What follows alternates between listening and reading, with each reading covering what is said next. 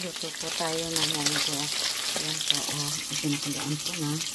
Ayan, isasangkot ko na lang po itong ating kanin ng baboy. Ayan po, pag nag-golden brown na, ilalagay po natin yung garlic and onion. Ayan po, nilagay ko na yung ating garlic and onion. Pinagsabay ko na. Ayan. Katapos po nito, ilalagay ko na rin yung tomato. Masarap po sa munggo ang tomato. Lagyan ko po ngayon ng tomato. Ayan.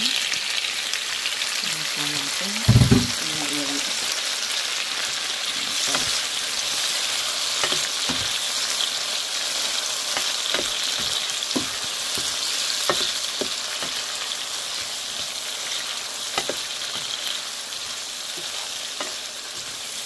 Ay lalagyan na natin ng patis.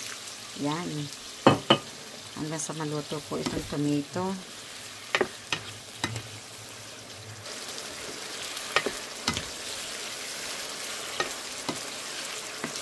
Nilagyan ko ng baby shrimp.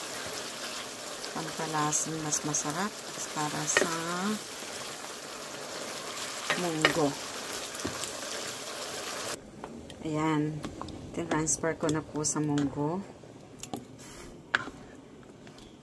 yung tiginisa kong karne ng babo at saka ng baby shrimp.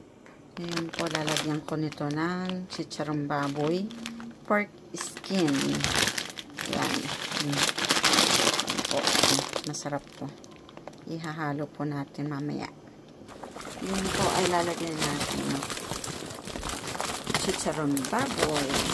Yan. Masarap nito. Lalagyan natin lahat na. Kasi kalahati na lang naman. Oh. Wow.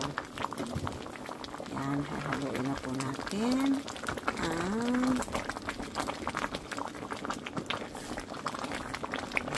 Yan na po yung chicharong baboy.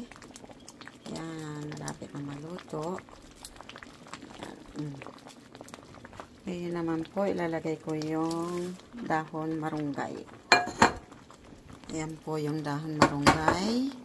At ngayon, lalagay ko naman yung dahon ng ampalaya.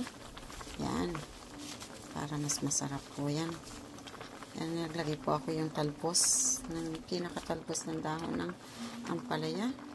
Ayan. Sarap.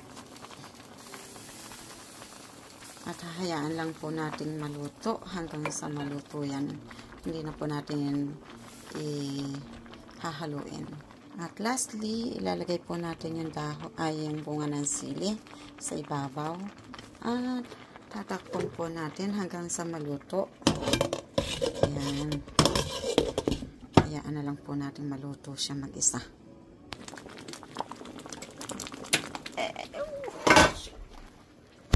Ito na po yung munggo. Magtatanggal na po ako. Ilalagay natin sa mangkok. Ayan. Okay na po yan. Oh, masarap. Oh. Yan. Oops. Di po ba? Ang bilis, oh. Bilis maluto. Oh, ayan na siya. Yan. Tapos lalagay ko na siya dyan. Dahon ng sili. With baby shrimp, chicharong baboy, skin, at saka ng pork. Ayan. Ayan na po siya. Tapos lalagyan na po natin yung pinakasili sa ibabaw. Ayan. Ayan na po siya. There you have it.